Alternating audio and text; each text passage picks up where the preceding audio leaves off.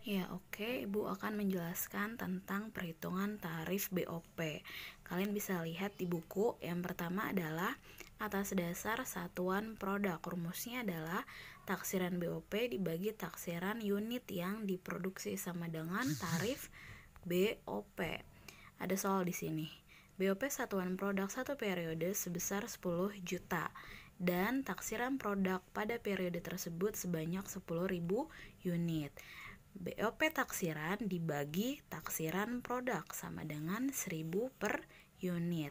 Taksiran itu artinya perkiraan yang digunakan di dalam suatu proses produksi.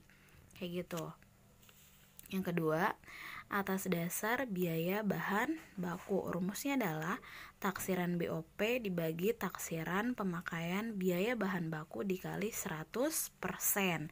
Nah, Ibu jelasin, ada beberapa perhitungan BOP, diantaranya ada atas dasar biaya bahan baku.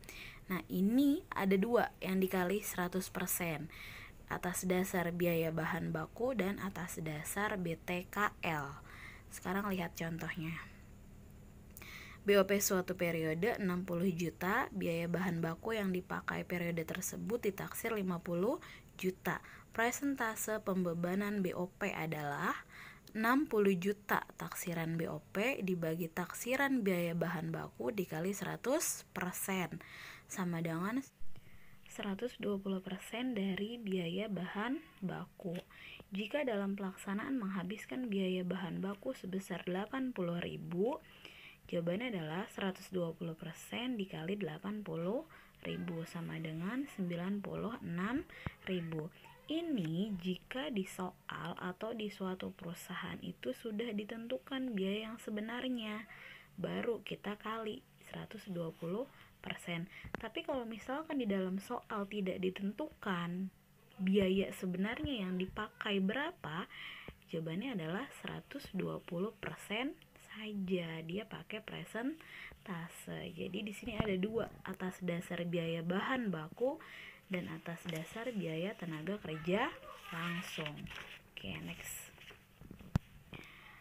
3. Atas dasar biaya tenaga kerja langsung. Sama dia rumusnya dengan biaya bahan baku yang tadi Ibu jelasin ya. Dikali 100% sama dengan hasilnya presentase. Kalau misalkan di dalam soal atau di dalam perusahaan itu ditentukan biaya yang dipakai sebenarnya itu berapa, dia dikali. Tapi kalau tidak ditentukan, hanya presentasenya saja. Nomor 4, atas dasar jam tenaga kerja langsung. Taksiran BOP dibagi taksiran jam tenaga kerja langsung sama dengan tarif BOP. Bisa lihat di sini contohnya.